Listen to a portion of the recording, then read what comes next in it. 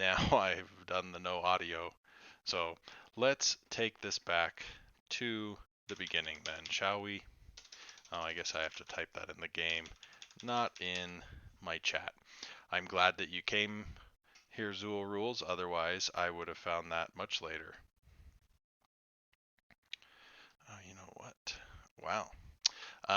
New hard drive makes this locate on the game way faster. All right, so let's start over. So I'm going to have to trim out the first 9 minutes or so of the video when I send it to you guys, but we'll figure that part out. All right, hello team out of pocket. My name is Valcomer. I am a tank in Division C. I've played in Division B before.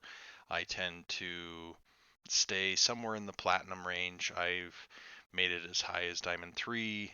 You know, I remember my days when I was in silver also. So I think that there's plenty of opportunity still to learn and have fun with the game, which is what we're doing here. And so today we have Mongo Pone on Varian, Orkin Beans on the Garrosh, Inoculus on the Asmodan. We have Great One on the Lili and Vates on the Varian. This is Team Out of Pocket in Division E, and Orkin Beans has mentioned that they are all particularly bronze silver, and feeling like this match that they played on Sunday didn't really go their way. All right, now I get to cheat a little bit because I've watched the first few minutes of this game, but by putting Raynor in the off lane, that does give us a bit of a role swap which can throw people off. So Vates for Raynor in the off lane going against a melee offlaner in Malthael, you want to stay back as much as you can. Your whole goal is to keep him off the walls and just plunk at him. And if you get to make him have to back, that's great. And you just want to keep tabs on him, collect your experience, but you never want to be in melee range. Down here in the bottom, Orkin Beans, you started by going into this bush. That's great. You'll note that I find myself in this bush a lot of times just because of the access it gives me to the lane. Oh, that's true. I should use boxes. I'm still relearning some of my Twitch commands here because my hard drive had gone down, and so I have not streamed in roughly 5 months.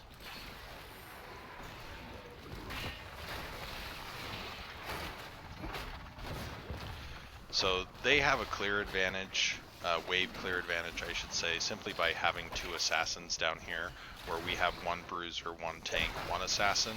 They have a tank and 2 assassins. They're going to clear faster. Early game, Tacidar's going to snap clear much faster than Asmodan. Asmodan late game gets a huge advantage of just being able to bombard with his 1 dunk ability, and now the whole wave is dead. But right now we can see this was essentially a full health wave, and Asmodan isn't able to knock out even half the health yet. He will get there as he scales, but second dunk, and we're stacking kind of slow on Asmodan.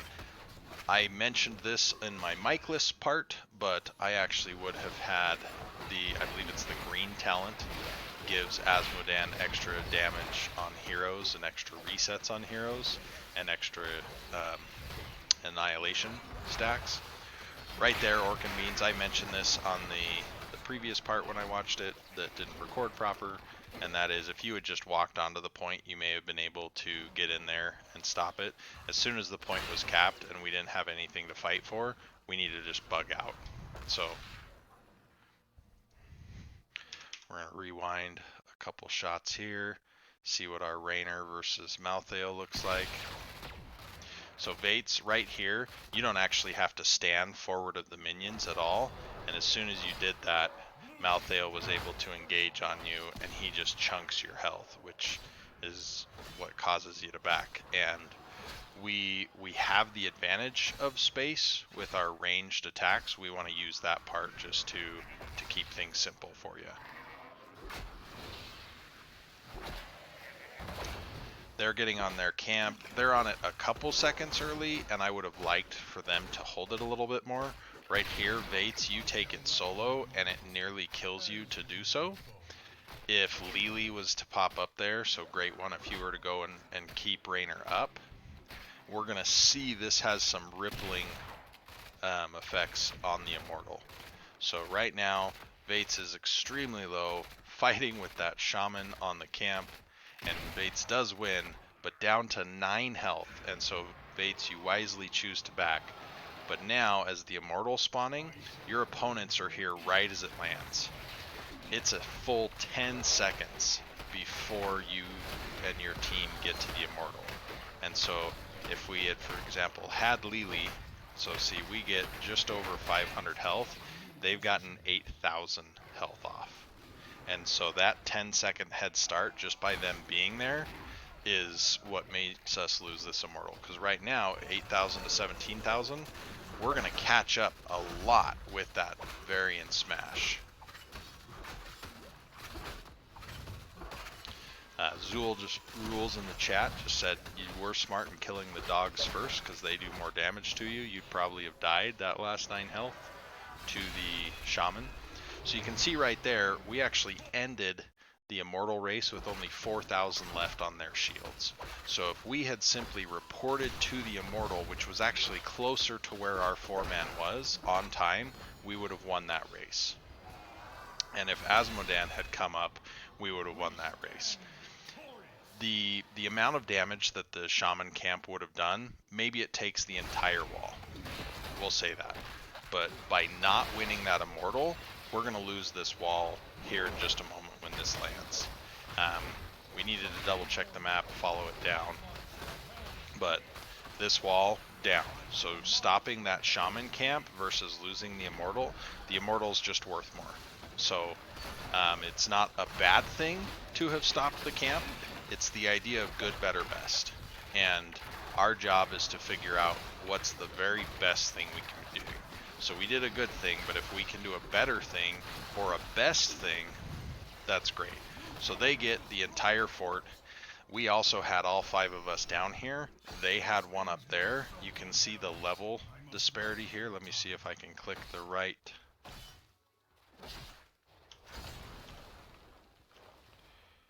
Experience, there we go.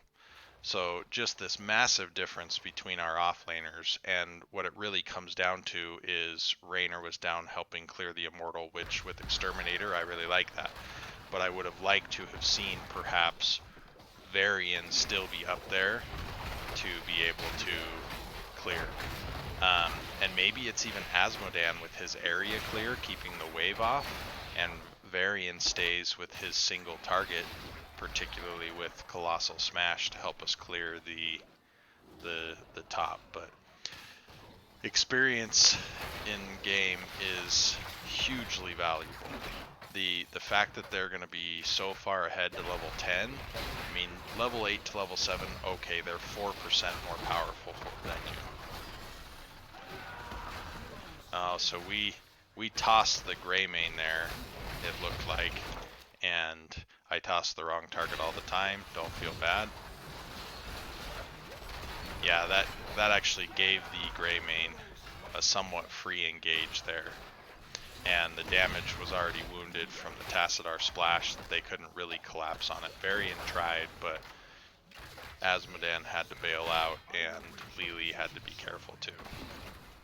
Raynor died up top. It's unfortunate, but that's okay. Let's see. Put that out of the way.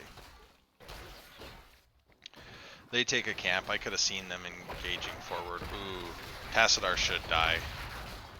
Oh, great silence puddle though.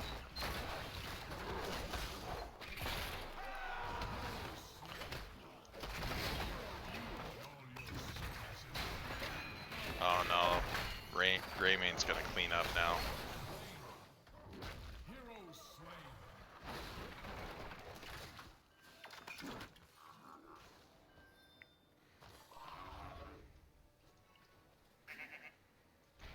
So, dying right before objective, this is going to sound really silly and cliche level, but dying right before objective has really big consequences. I'm going to drop that. So now we've reduced the Immortal by maybe 1,000. They've got halfway. So we're kind of seeing a repeat of last time. Varian's gonna smash. Varian's gonna smash. Okay, so Mongo Pone, just so you know, Varian can smash the Immortal, and it absolutely works. So, that big friend of 25 reduced armor for 3 seconds, causing them to take 100% or 25% more damage, is big. So, leveraging that with Win, Rainer's going to hit Inspire for the Mercenaries, or Monster Killer buff, can be massive. I like committing the Hyperion there just to try to get things cleared. They put a lot of stuff into Garrosh. The healing there was fantastic. Good toss out. Oh, Asmodan, Asmodan. Red circles are not your friend. I realized it was blue on my screen.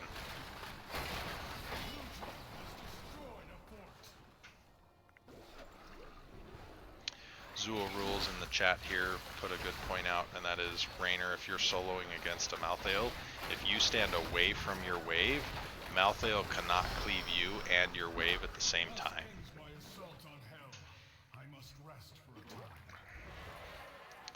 Alright, so they're closer to 13. We definitely need to do some lane maintenance because we're losing a portion of our wall down here. Rainer, you are really far forward for not knowing where they are on the map. You're even more far forward if we know where they are from them having taken the camp. That Tassadar should have walled you instead of zapping you, but because it was a 5v1, they got you.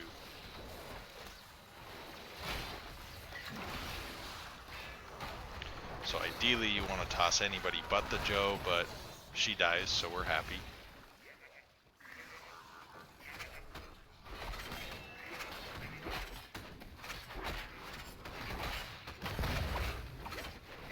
Alright, Mongo Pone, I want you to look at the blue bar under your name and how full it is.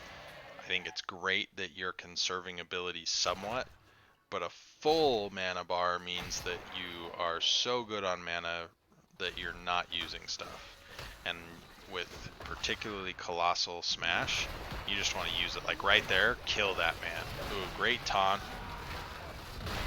He dies, right? Okay, very good. Alright, so right there we have a fantastic example of we're going to go in and we're just going to push R. We saw taunt, we saw Colossal Smash, we saw Demonic Invasion. Actually, how long is Demonic Invasion? You might have seen that one right there.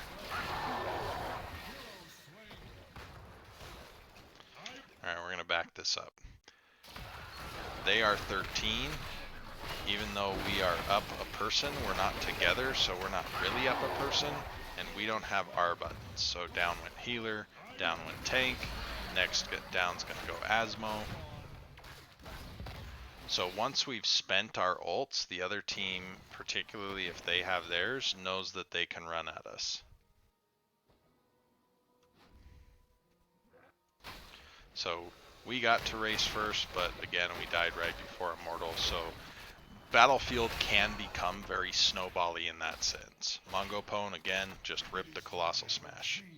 Hit Ilarian. Or Belith, depending on what side you're on. Ooh, this rotation, you're going to get punished, my friend. Good toss. Good blind into good toss. This is a tough one. We don't want to come all through the same spot, but we were surviving well. Good collapse on that guy. Ooh, the Blessed Shield and the Silence Puddle hurts quite a bit, though. We need to run at them. Malthael, oh, Rainer died too. And Malthael is gonna come back, so it's going bot. What I would say is have, in this scenario, have Asmodan clear this one wave, particularly these two catapults, and then come down. We are on the same talent tier, but we also need to be trying to get as much damage into the Immortal. Ooh, great toss taunt. It was a fantastic counter engage with the puddle, but the toss and taunt was done very well. It was just the reason it didn't work is because the team couldn't actually follow up with it, and Greymane gets to go a little ham again. This is the beginning of the end. We know that, one, because I saw the timer at the bottom, and two, just 4 of us dead. Shield is still active on the Immortal. Greymane is a fantastic siege character, even though Malthael is not.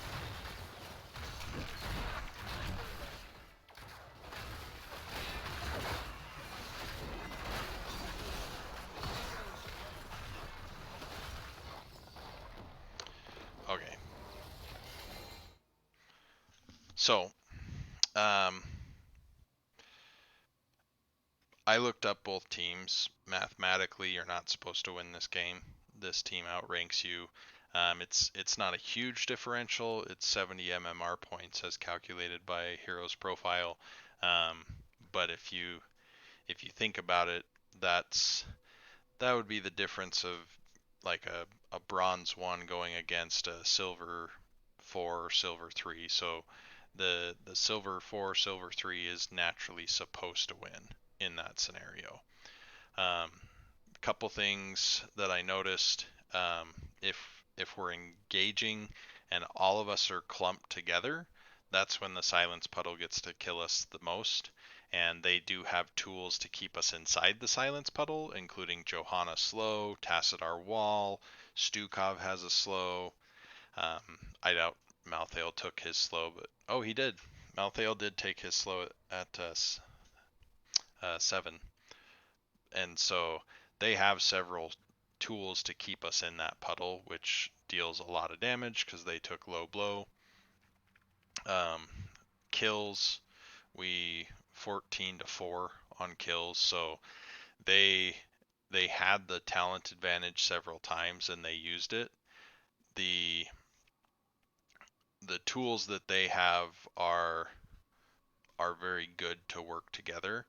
When you pushed R all at the same time, you were able to do great things. Some little changes that I saw: Vates, make sure you're plunking away from as far as you can, and you're doing that dance. Kind of imagine, I'm the baby of 6 kids, so work with me a little bit here, but if you ever played that game where you're running away from the other person and you're around a table, and if they go left, then you go left. And if they go right, then you go right, because you're trying to mirror them around the table so that they cannot catch you. And when they commit to a way, you're running. So I shouldn't say left and right, but if they go clockwise, then you go clockwise. If they go counterclockwise, then you go counterclockwise. And if they commit to one direction, that's when you take off in the opposite direction, and now they have to go around the whole table to get to you. That's kind of what you want to do with Malthael as Raynor, as a ranged offlaner. So whether you're Raynor, whether you're Zagara, whether you're Greymane, all characters that we sometimes see in the offlane. If you are Phoenix, those ranged characters, you want to play that game of constantly counter moving away to keep them at bay, and you're just plunking them. Because if they're clearing your wave, okay, Raynor has an area auto attack every few attacks. You can plunk out a couple minions, and then if Malthael starts coming at you, you're plunking at Malthael, and your splash is going to hit his minions. But you never want Malthael to be able to catch you. Now, yes, he did go Fear the Reaper. He could use that movement speed to engage on you. It's not a perfect scenario, but if you're at max range the whole time, that gives you the best chance. Great one. When Raynor goes onto the camp here for the Shaman camp, I would like you to just be there with him, because that's going to allow everybody to survive longer and get to the Immortal on time. For Mango Pone, use Colossal Smash more often. This ability is such a low cooldown. I really should be down here so it pops everything up for us. But 20-second cooldown, not a ton of mana. You're going to regenerate that mana in the 20 seconds. So really you can use Colossal Smash on cooldown. Just start wrecking some nerds with it. And it works on camps. It works on the Immortal. It doesn't work on buildings, but Actually, I suppose I haven't really tried it. I'd be surprised if it works on buildings though. But it definitely works on the Immortal and it definitely works on camps. So just start ripping that thing over and over and over again. I like Victory Rush because I think Second Wind would be too slow of auto attacks to get value out of, and I myself am not a Lionheart fan, though you did finish Lion's Maw, which means you are hitting heroes with Lion's Fang, so maybe Lion's Heart's worth looking into. But I like separating and having two ways to heal instead of just one. All right, I need to back up so that I can get the last couple names. I know Orkin Beans, but oh, Innocuous. Okay. Um, Innocuous, maybe try the the hero stacking level one rather than the minion stacking level one. The minion stacking one is great for a rotational 3 lane map. So Tomb of the Spider Queen, Infernal Shrines, where you are constantly able to get full waves of minions with your globe. And it's not easy. It's a tough map for Asmodan. If he's your best hero, play your best hero, but just know that Battlefield is a tough map for him. You on Battlefield, you tend to want heroes that can have their power spikes relatively early because you want to snowball the game. Tassadar, while yes, he's stacking with his shock ray, he gets to be able to be relatively early powerful because of what Wall does to a team. Greymane, yes, he scales up in power the whole way, but he's got his auto attack speed and his auto attack buff in Worgen form from level 1. So if he gets a hold of something, he can just start tearing through it on the Immortal, on the Wall, on the Keep, on the Core. So um, Rainer's great. Varian's a little tricky though. I liked the smash aspect. Lily's great. Garrosh is great. It's a tough map for Asmodan, so the cards were stacked against you a little bit there. And then for Orkin Beans, you are essentially in the build that I would take, minus I would change out this level 4. So in for the kill is for Infernal Shrines and for Braxis, and very rarely is it good for those maps. It's a fine talent. It's a wave clear Garrosh mechanic, which is why you can use it on the shrines. But in most coordinated play, you're going to end up using instead the Indomitable. So in this case, having Indomitable would have gotten you out of Johanna slows, maybe Johanna stuns, and if you used it, you would be able to get out of the Stukov silence faster. And so that could be a big thing for you. You could also go purple, which is your auto attack Garrosh getting more resets on that heal to be able to use it constantly. I I think that could have worked. But I don't think any of the talent choices are bad. I'm happy to go into Garrosh more in depth with you. Uh, I I said this during my muted portion when I was messing up the stream, but I am known as a Garrosh main, and so happy to go into that in more detail with you. But I don't think y'all played poorly. I think there was just little things that the enemy had ahead of you that built up into big leads. Again, that first Immortal, which ended up getting the entire fort, and we almost won that first Immortal. So if Asmodan was there to help clear, if we got to the Immortal right as things were happening, then it's that first Immortal doesn't give them such a huge snowballing advantage with that first keep going down. So keep your heads up, my friends. You're gonna keep learning. You're gonna have a lot of fun. You're gonna do great things, but it's little things that make worlds of difference. By small and simple things are great things brought to pass. Okay, I'm gonna exit out of this replay. We're gonna switch to the next replay.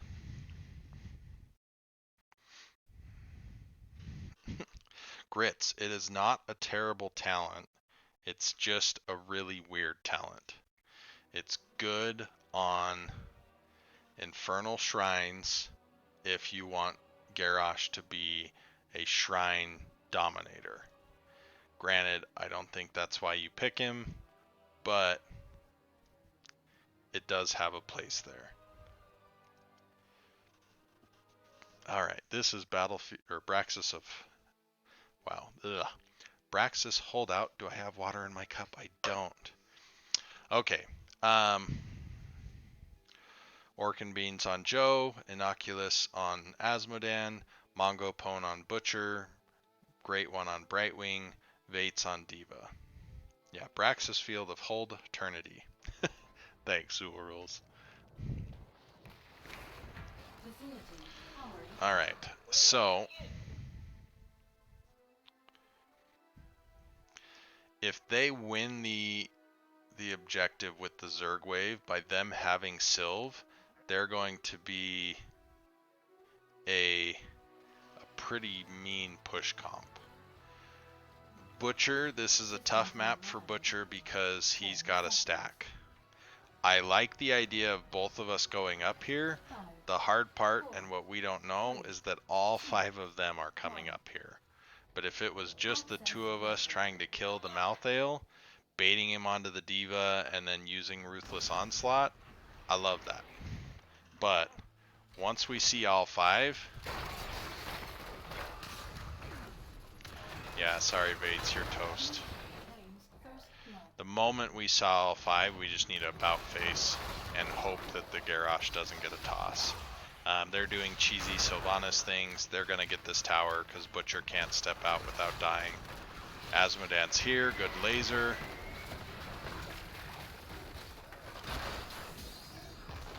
Good dunk. Garrosh armor keeps him alive. So for their efforts, they got a kill and they got a tower.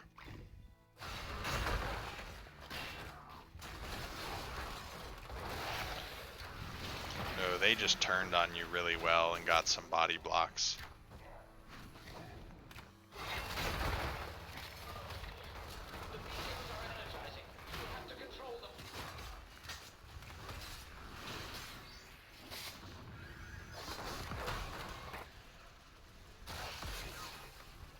Man, Spazzo's UI having the cooldown ready. Alright, we're gonna see what happened here. I'm guessing we get a shadow charge off, and that shadow charge is going to mean Garrosh then throws us, or not shadow charge, Ruthless Onslaught. So Butcher's a very tough hero into Garrosh. You want to engage, but as soon as you hit, Garrosh can throw you. And much like Asmodan on the previous map, this is a tough map for the Butcher.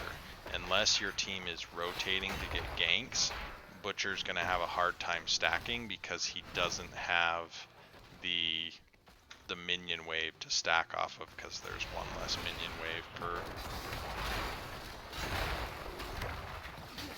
Yeah, I was going to be surprised if you made it out. So what I would guess happened in this, this one's starting to snowball away from you already, is the enemy team just had a, yeah, trait cooldown on all the heroes with it. The enemy team just came in with a plan. I saw that they had map pick for both. The fact that they're letting you get charged is awfully nice, though.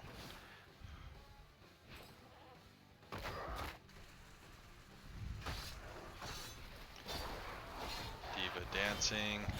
Right before he's going to kill you, just mech. If you use mech to clear waves or do damage on walls, that's completely fine. If you're getting constant mech resets, that is a-okay. What we never want to do is just let him kill the mech for no reason.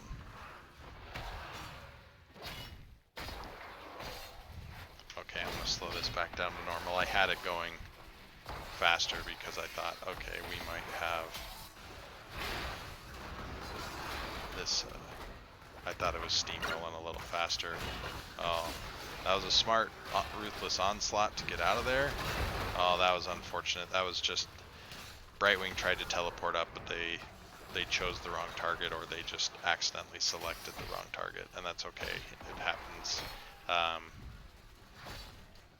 But Butcher was savable there. Oh, sneaky from the Garrosh with El Grundler.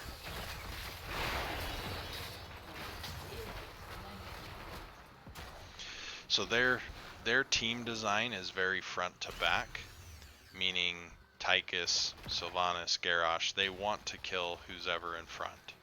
So we need to be careful. This little clip that I'm going to say is going to sound really corny, and I get it, but we need to do dangerous things when it's safe, and we need to do safe things when it's dangerous. And so when Joe has her trait available, that's when we can advance, because Joe can be a bit safer. When we have somebody dead, we need to be very cautious, because now things are very dangerous for us. So right there, for example, Joe used a trait to take some free damage, but they're going to clean up here. They'll get the camp, and they might even kill the Butcher, yeah. Now, using trait to absorb damage isn't bad.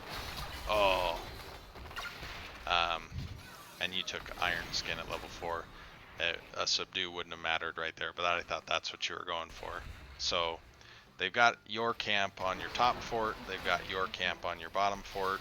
They're about to 100 cap the wave, and it's going in the lane that you still have a fort. So they're snowballing this one pretty quickly too. This is a very good map for Garrosh. You can see right there how Garrosh went unstoppable. He throws his arms out to the side and yells, "I'm unstoppable," or "No one can stop me," or something like that. And that allows him to ignore CC while he's trying to charge and kill someone.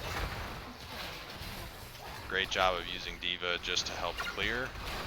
Garrosh gets really low, but Asmo, you just chased too far, my friend, and you're getting punished there.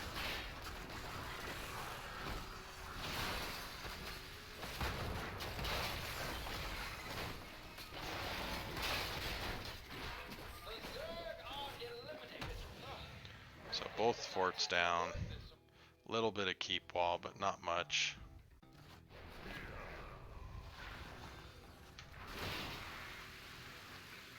Let's check out Asmo stacks.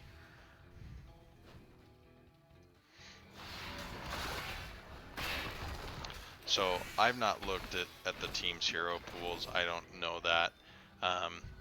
Strictly from an ease of execution, the opposing team has an easier to run comp, because if they get a toss, they almost get a kill every time between having, oh, I forgot to zoom out, my bad. They get a kill nearly every time because Tychus turns on minigun and just starts shredding, and so can Sylvanas. She even took percentage damage at 1, which your team has 4 high health people. Yeah, we did talk about that idea of Asmo sieging during the objective on battlefield grids. The Decimate makes it so the Brightwing can't get away. Oh, they just pinged and they're running at you, Innocuous. This kill right here, they might have gotten keep already, but that means that now they get keep, and by having the objective starting, they really should be here and have just sent Malthael to cap. Like, this camp isn't that important. They should have completed the wall and possibly even the keep with the with the boss, while one person got top and one person got bottom. So we're going to learn from their mistake for a second. And that is, we're going to push when we have the objective, because pushing is dangerous, but having the boss be our pseudo objective makes pushing not dangerous. And then when the boss is about to die and it becomes dangerous, that's when we back up and take the camp, because we know they're going to be running at a point or still cleaning the wave.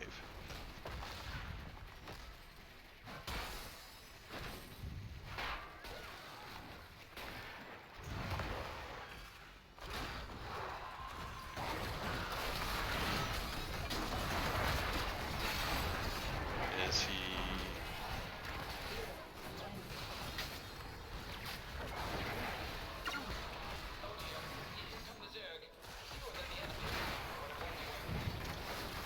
Yeah, I think they're going to end the game off of this. I'm trying to ignore the timer, but having killed 4 of you, even with low death timers, they're just jumping on that fort.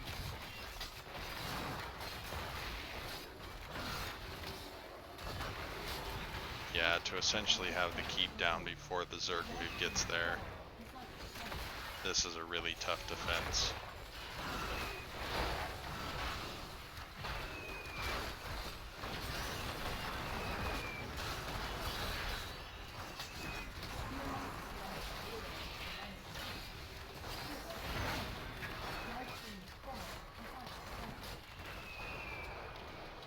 Alright, so a relatively short match. There are some things you can do to optimize. Grits in the chat mentioned the idea of, with the laser that you have at 7 on Asmodan, if you dunk and then immediately laser the wizard minion will die, which will mean the full damage of the All Shall Burn circle, the final damage, now hits all of the minions, and that's going to help kill as many minions as possible to get more stacks. So that's a small optimization tip from a GM player, or at least Masters. I don't know where you're at nowadays, Grits, with Decay, that has played plenty of Asmodan. But Butcher, this is a tough map for Butcher. I would recommend pulling out the Butcher, but I think you want maps like Tomb of the Spider Queen that's really narrow, that you can get your minion stacks and then possibly rotate to get an offlaner. I think it's a great map for right wing. I think Diva was fine. Use the mech as often as you can. Don't feel like you have to save it for big moments. Even just having the mech explode on their wall for damage, if you're getting more chip damage than the enemy offlaner that way, that's still a win. So we do need to play a lot more cautious. We need to step back. We need to check bushes. We need to dismount Garrosh with things like Shield Glare or Brightwing Polymorph and just back up sometimes. We had a lot of times where after somebody died, we continued to move forward, and with that, we would then have a stagger. And so, if somebody dies, sometimes it's okay to just cut our losses and back up. But don't feel bad. This team, again, they picked both maps. They had a plan for both maps, from what I could see, and they executed that plan. We need to be a bit more cautious. I'm fine to continue looking through additional replays for you. I realize today's was relatively short. The maps were relatively quick, and that's okay. Good news is everybody benefits from map replays. So continue to do replay review. I'm happy to look at it. I know there's plenty of people who are connected with the CCS community that have done replay reviews for others. If you want me to look at more, I'm happy to do that as well. But the main things I would say is, let's maybe find a few drafts where it gives us something that's relatively easy. You know, there's nothing wrong with what they refer to as a training wheels comp with Varian. If that gets your team picks and helps work on the communication of blowing somebody up, we all push R and somebody dies type of thing, okay, no problem with that. But as you keep working on it as a team, don't feel bad if you're taking a few lumps right now. That happens. But keep after it, keep your heads up, ask questions as you find them. Feel free to ping me in Discord. I'm Valcomer there. I'm in the NGS chat. I'm one of the analysts. I do some events work, and I can now cast again that my hard drive is not failing, and I've replaced that. So, but again, feel free to ask questions. There's a lot of great people in the community that want to be able to help out, and I'm happy to go through more replays or to go back over these if you would like as well. But I'm going to go ahead and end the stream so that it will clip this. I'll highlight clip it to remove that first 8 minutes or so where apparently I'm silent. And again, feel free to ping me with any questions, my friends. Talk to you later.